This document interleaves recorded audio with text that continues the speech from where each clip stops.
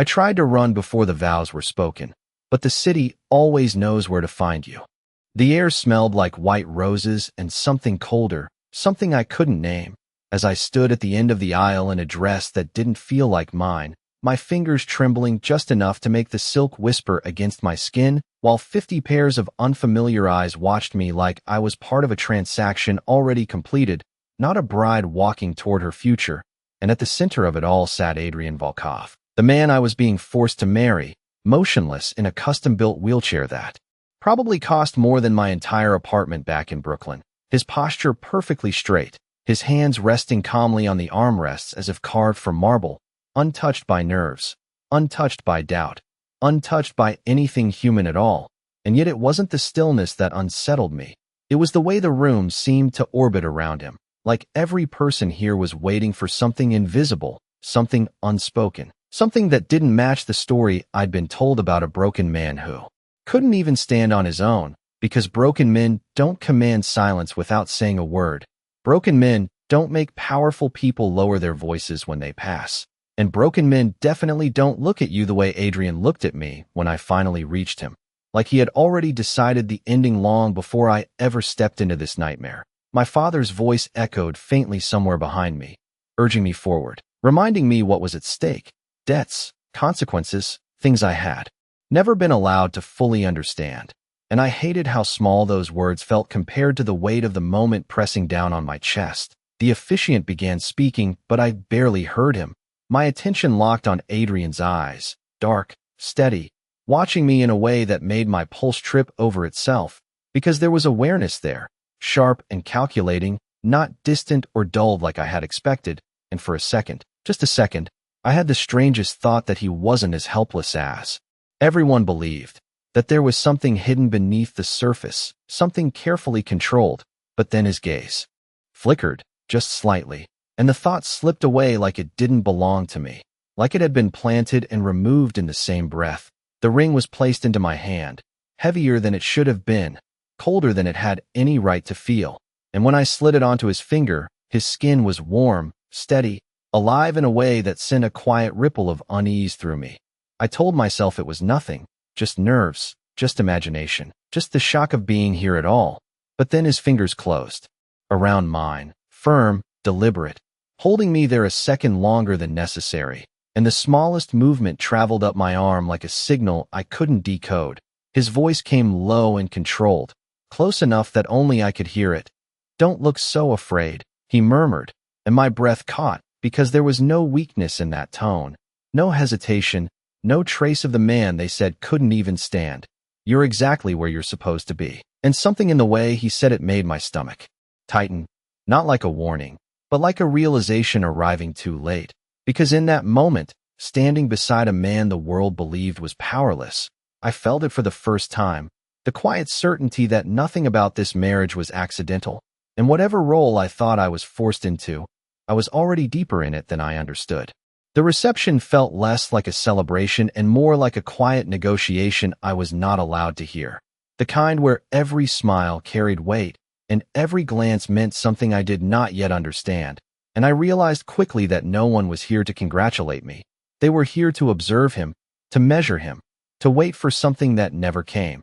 Because Adrian Volkov remained exactly as he had been at the altar, still, composed, unreadable, yet somehow at the center of every whispered conversation, as if his silence spoke louder than anyone else in the room. And I stayed beside him because I did not know where else to stand.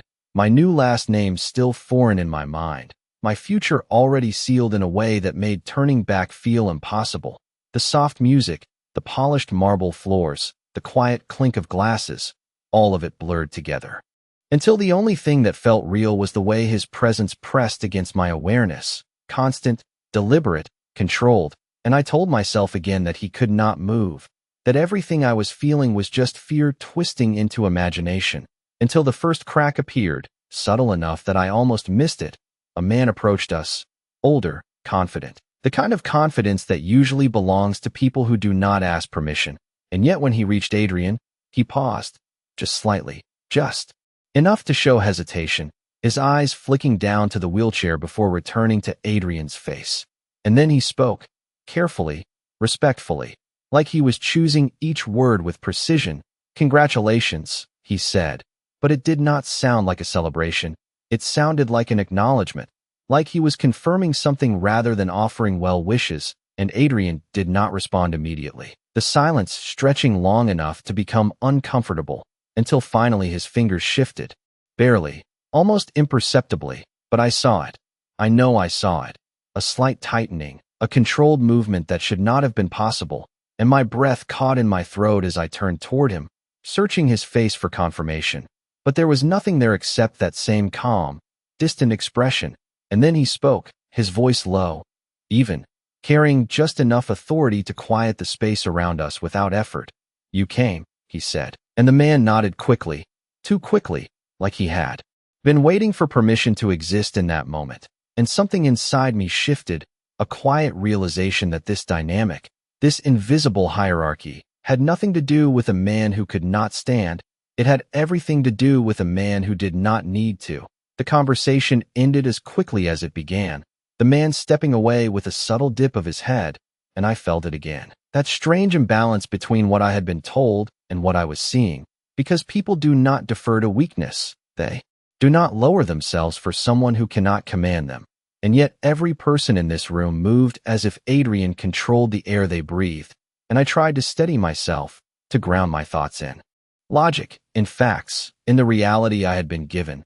But logic does not explain the way his hand had moved, or the way his voice carried weight without effort, or the way I felt watched even when he did not turn his head. And then, as if he could hear every doubt forming in my mind, his fingers brushed lightly against my wrist, not enough to draw attention, just enough to stop me, to anchor me in place, and his voice followed, softer now, meant only for me. "Stay close," he said, and there was something beneath the words, something controlled but unmistakable, not a request, not even a warning, but a quiet command that settled into my chest before I could question it. And for the first time since the ceremony began, I understood one thing with absolute clarity. Whatever role I thought I was playing in this marriage, I was not the only one pretending. I did not remember leaving the reception, only the quiet shift from noise to silence, from watchful eyes to the heavy stillness of a place that did not belong to me. And by the time I realized the music had faded and the last polite smiles had disappeared, I was already inside his world, the car door closing with a soft, final sound that felt louder than anything that had come before, sealing me into a reality I could not step out of. The city lights of Manhattan stretching past the tinted windows and long streaks of gold and shadow as we moved through the streets without interruption, no traffic delays, no hesitation, just a clear path like the city itself knew better than to slow him down. And I sat beside Adrian in the back seat, close enough to feel the quiet presence of him without ever quite touching. His body still positioned exactly as it had been all evening, composed, unmoving, controlled. And yet the air around him felt alive, charged in a way I could not explain, like something unseen was always shifting beneath the surface. And I kept my eyes forward because looking at him felt like inviting something I was not ready to face. The driver said nothing. The city said nothing. Even my own thoughts felt muted under the weight of everything I had just stepped into, until the car slowed and turned, leaving the familiar grid of the city behind for something quieter, something more private, the streets widening, the buildings growing taller and more distant, until finally we passed through iron gates that opened without question, revealing a long driveway lined with perfectly trimmed hedges and lights that glowed just bright enough to guide us forward without revealing too much. The house came into view slowly, not all at once, but piece by piece, like it was deciding how much of itself I was allowed to see. Tall, modern, built from glass and stone, cold in its perfection. And when the car stopped, I realized I had been holding my breath. The door opened from the outside, and I stepped out onto smooth stone that still held the warmth of the day. The night air cooler now, brushing against my skin like a quiet warning. I turned instinctively toward Adrian, expecting someone to assist him, expecting the careful process I had imagined all night. But instead the men who approached did not rush, did not hover. They simply stood nearby, waiting, and for a moment nothing happened, no movement, no sound. Just silence stretching long enough to make my chest tighten, until Adrian's voice cut through it. low and precise. "Inside," he said, and the single word carried enough authority to set everything in motion.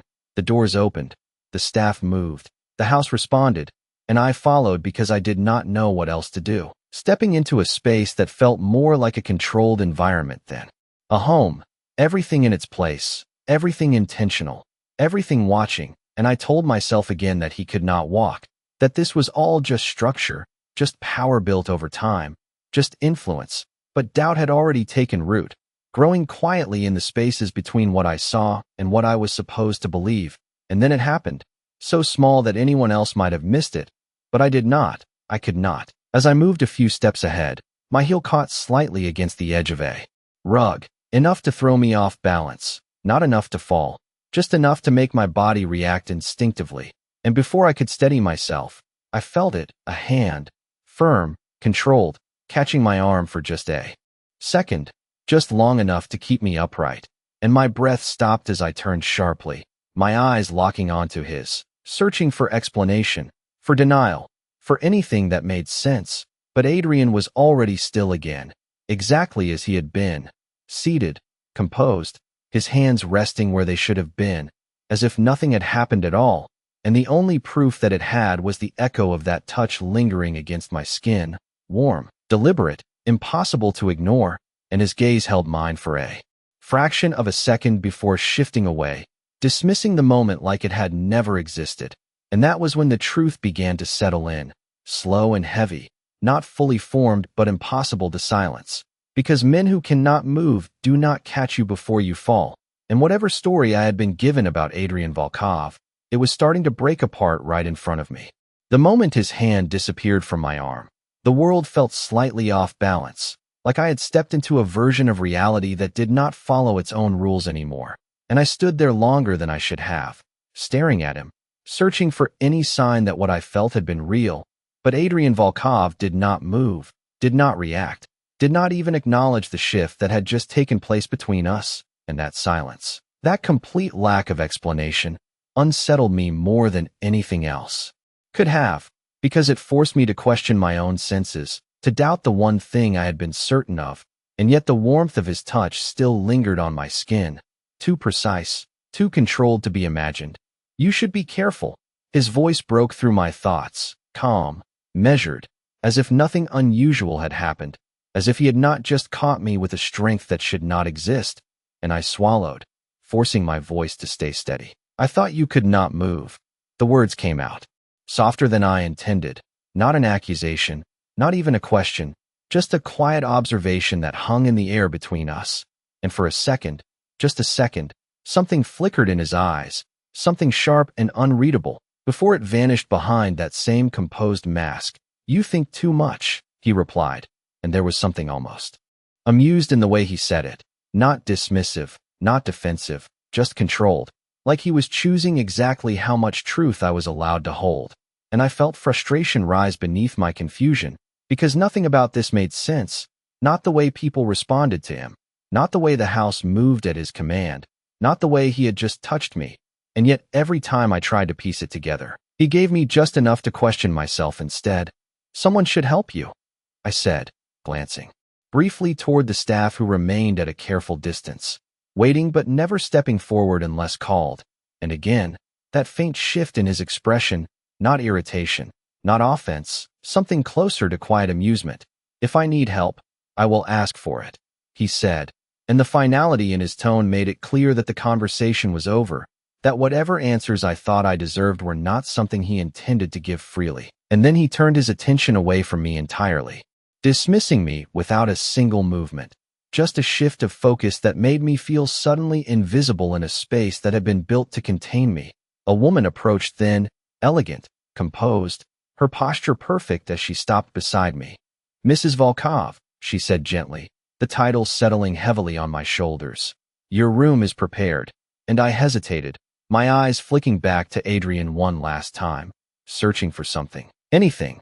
But he remained still, distant, already unreachable, and I realized with a quiet certainty that whatever truth he was hiding, he would not reveal it unless he chose to. And that meant if I wanted answers, I would have to find them myself. I followed the woman through the house, past long hallways lined with soft lighting and closed doors, everything silent, everything controlled, until we reached a room at the far end. She opened the door and stepped aside, allowing me in. "If you need anything, someone will always be nearby," she added before leaving. The door closing softly behind me, and I stood alone for the first time since the ceremony began.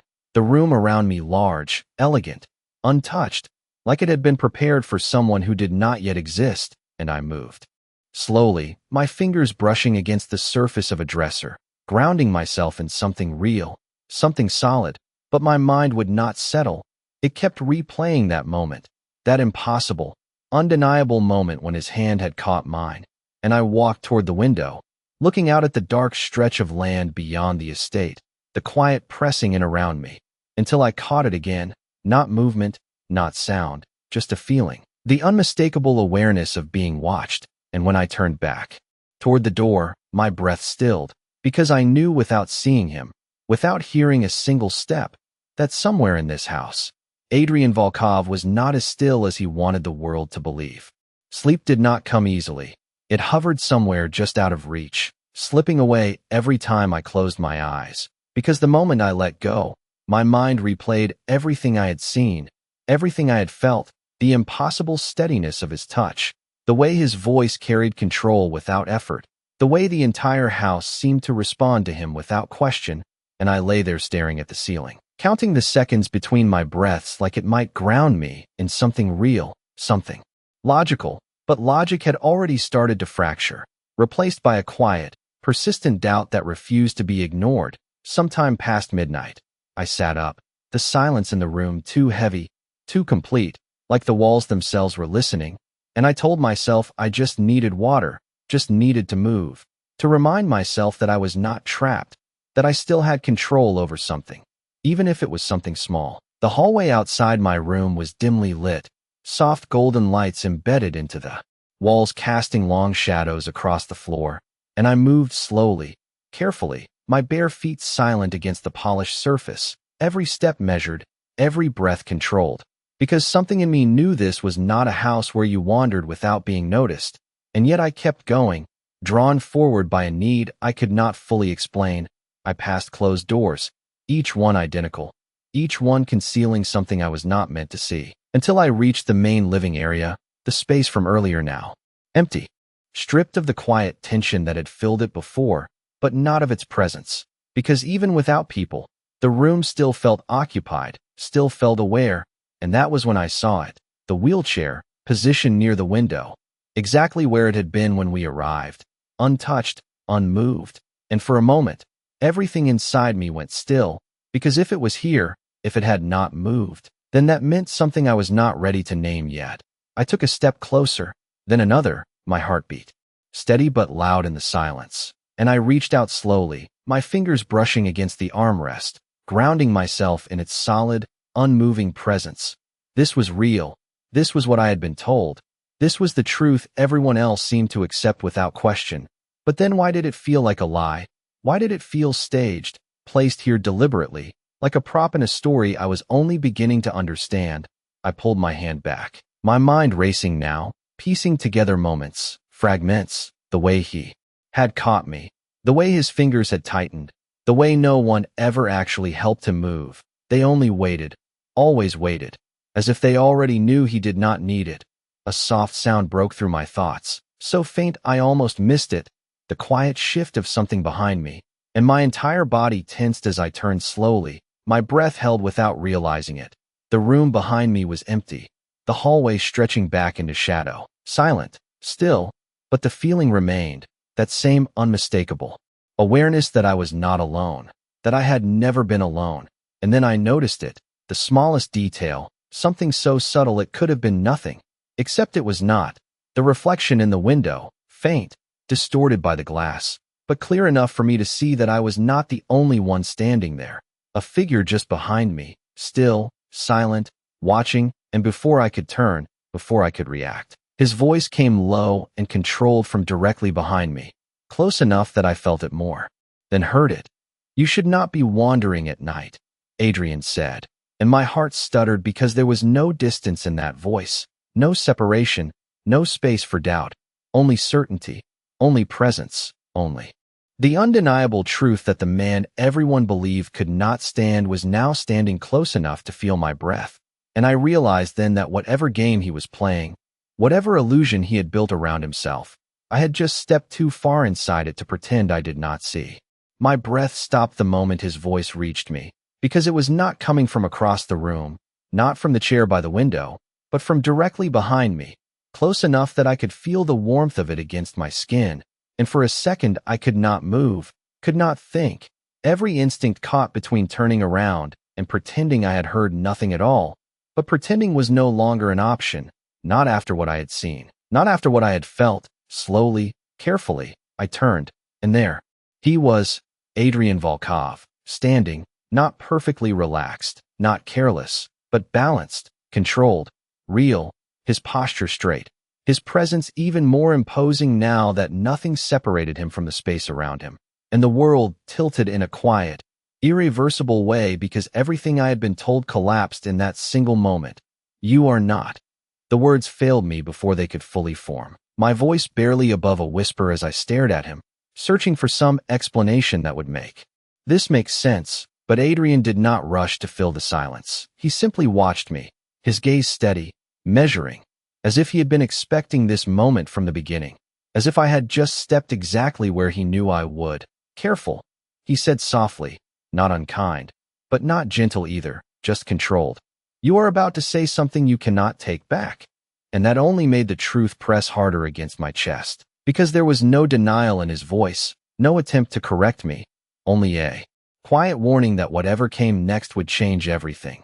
You can walk, I said finally, the words landing heavier than I expected, filling the space between us with something sharp and undeniable. And for a brief second, something shifted in his expression, not surprise, not fear, something closer to acknowledgement, like I had reached a conclusion he had allowed, not one I had discovered on my own. Yes, he said, simply. And that single word hit harder than any explanation could have, because it confirmed everything without softening any of it. My mind raced, trying to catch up, trying to connect the pieces, the reception, the way people moved around him, the way no one ever actually helped him, the way he had caught me earlier, all of it lining up now into something far more deliberate than I had wanted to believe. Why? I asked, and this time my voice was steadier, stronger, because fear had begun to shift into something else, something sharper, something that demanded answers, and Adrian took a single step closer, slow, measured, the distance between us closing just enough to make my pulse react without my permission. Because it is useful, he said, as if the answer were obvious, as if this entire deception was nothing more than a calculated decision. People underestimate what they think is broken. His gaze held mine, unwavering. And they reveal things they would never show to someone they fear.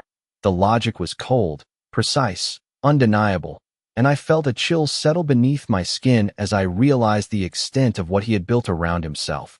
Not weakness, not limitation, but a carefully crafted illusion designed to control everything and everyone around him. And me? I asked quietly, because that question mattered more than anything else now, more than the lie, more than the deception, more than the power behind it. And for the first time, Adrian did not answer immediately, his eyes studying me with a depth that felt different from before, less calculated, more deliberate, like he was choosing something carefully. You were part of the plan, he said at last, his voice lower now, more controlled, but not in the way you think, and something in the way he said it made my breath catch, because it was not a full answer, not even close. But it was enough to tell me that whatever I had stepped into was far more complicated than a forced marriage or a hidden truth. It was something layered, something intentional, something I was already too involved in to walk away from. And as he moved past me, returning toward the chair by the window, as if this moment had already served its purpose, I understood one thing with absolute clarity. The man I had married was not hiding his weakness, he was hiding his strength, and now that I had seen it, there was no going back to believing anything was simple anymore. The sound of the wheelchair settling back into place echoed softly through the room, too controlled, too deliberate, like the final move in a performance that had been rehearsed 100 times before, and I stood there frozen, watching as Adrian lowered himself into it with the same precision he used for everything else, his expression already shifting back into that calm, distant mask the world believed. The illusion restored in seconds as if what I had just seen was nothing more than a moment that no longer existed, and I felt something inside me tighten. Not fear this time, not confusion, but something sharper, something that refused to let it go. So that is it? I asked quietly, my voice steadier than I felt. You pretend to be broken and everyone just believes it. Adrian did not look at me immediately, his hands resting again on the armrests, his posture perfectly aligned, but I could see the faint tension in his shoulders, the subtle awareness that I was no longer just observing. I was questioning. Not everyone, he said after a moment, his tone calm, but carrying that same quiet authority. Only the ones I want to believe it, and the distinction settled heavily in my chest, because it meant the illusion was selective, intentional, controlled at every level, and I realized then that nothing in this house, nothing in his world, existed without purpose, and I was supposed to believe it too. I said, not quite a question, more like a realization spoken out loud, and this time his gaze shifted toward me, direct, steady. You were supposed to react, he corrected, and that single word changed everything. Because reacting meant being observed, measured, studied, like I had been part of something unfolding long before I understood my place in it. You watched me, I said, the truth forming piece by piece, from the moment I got here, maybe even before, and Adrian did not deny it. He simply held my gaze, letting the silence confirm what words did not need to. Why me?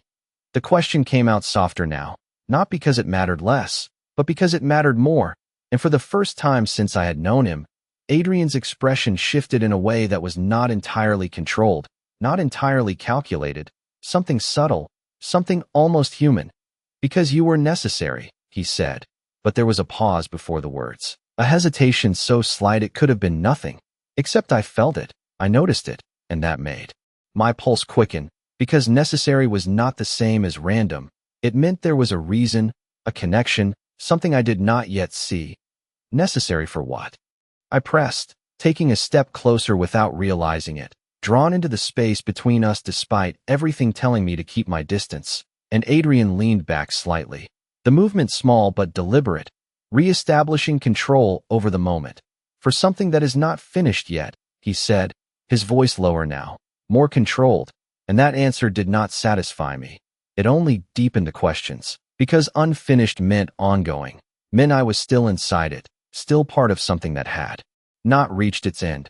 You do not get to decide what I am part of, I said, the words stronger now, steadier, because somewhere between fear and confusion, something else had taken hold, something that refused to stay silent, and Adrian watched me closely, his eyes narrowing just slightly, not in anger, not in threat, but in recognition, like he was seeing something he had expected but still needed to confirm. You are already part of it. He replied quietly, and there was no force in his tone, no need for it, just certainty, the kind that did not require explanation to be real, and the weight of that certainty pressed against me, because I could feel it too, the invisible threads pulling everything together, the moments that had led me here, the choices that had not really been choices at all, and as the silence settled between us again, thicker now, heavier with everything that had been revealed and everything that had not, I realized that uncovering the truth about Adrian had not given me freedom, it had done the opposite. It had pulled me deeper into a world where nothing was accidental, and the most dangerous thing was not the lie he had told everyone else. It was the truth he had just allowed me to see. The silence after his words did not feel empty. It felt loaded, like something had been set in motion that neither of us could stop, and I stood there trying to steady my breathing, trying to hold on to something solid while everything else shifted beneath me, because if I was already part of it, then that meant this was never just about a marriage, never just about a lie. It was something deeper, something that had been unfolding long before I ever stepped into that dress. Then explain it, I said, my voice quieter now, but no less firm, because I needed something real, something I could hold on to that was not built on half-truths and controlled silences. And Adrian watched me for a long moment, his gaze unreadable, but not distant anymore, more focused, more deliberate. like he was deciding how much of the truth I was ready to carry. "Your father," he said finally. And the mention of him hit me harder than anything else had so far, because that was the one part of this I thought I understood: the debts, the pressure, the reason I was standing here in the first place. "What about him?" I asked, my chest tightening without permission, and Adrian's expression shifted just slightly, something colder settling into place, something that made it clear this was not a casual detail. "He made a decision years ago," Adrian continued, his voice even, controlled. "One that set everything in motion," and I felt a flicker of unease twist through me, because that was not how this was supposed to go. This was supposed to be about money, about something simple and transactional, not something that reached back into the past. "What kind of decision?" I pressed, and this time Adrian did not answer immediately, his eyes studying me in a way that felt different from before, less like observation, more like evaluation, as if he needed to see how I would react before he said anything else. "The kind that changes who you trust," he said at last, and that answer only made the tension in my chest grow sharper, because it was not clear, not direct, but it carried weight, the kind that suggested consequences I had never been told about. "You are not telling me everything," I said, and it was not an accusation. It was a fact, something we both understood without needing to argue about it, and Adrian did not deny it. He simply leaned forward slightly, his presence shifting in a way that made the space between us feel smaller, more controlled. "No," he agreed, his voice low, "because everything is not yours to know yet." And there it was again, that quiet authority, that certainty that he was guiding this, controlling the pace, deciding what I saw and when, and something inside me resisted it, pushed back against the idea that my own life was being filtered through someone else's decisions. "You think you can just decide what I am ready for," I said, and there was more emotion in my voice now than I intended, frustration mixing with something deeper, something that felt dangerously close to betrayal, and Adrian's gaze held mine without flinching, without softening. "I know what you are ready for," he corrected, and that subtle shift in wording made my pulse quicken, because it was not arrogance, it was certainty, the kind that came from knowing something I did not. And that was what unsettled me the most. Not the lie, not the deception, but the fact that he had built this entire situation with a level of precision that included me before I even knew I was involved. "Then, tell me this," I said, forcing my voice to steady again, grounding myself in the one question that mattered most. "Was any of it real?" And for the first time, Adrian did not respond immediately, the silence stretching just long enough to feel different from the others, heavier, more deliberate, and something shifted in his expression, something subtle but undeniable, like a crack in the control he held so carefully. "More than you think," he said finally, his voice quieter now, not weaker, just different, and that answer did not resolve anything. It did not simplify the situation or make it easier to understand, but it changed something. It added a new layer I had not expected, because it meant that somewhere between the lies and the control, there was a truth he was not fully hiding. And as I stood there trying to process what that meant, trying to understand where the lines between real and planned began to blur, I realized something else just as unsettling. I was no longer just trying to uncover his secrets. I was trying to understand my place in them. And that was a question I was not sure I was ready to have answered. The weight of his answer lingered long after the words faded, settling into the space between us like something unfinished, something that refused to be ignored, and I stood there trying to make sense of it, trying to separate what had been real from what had been planned. But the lines refused to stay still, shifting every time I thought I understood them.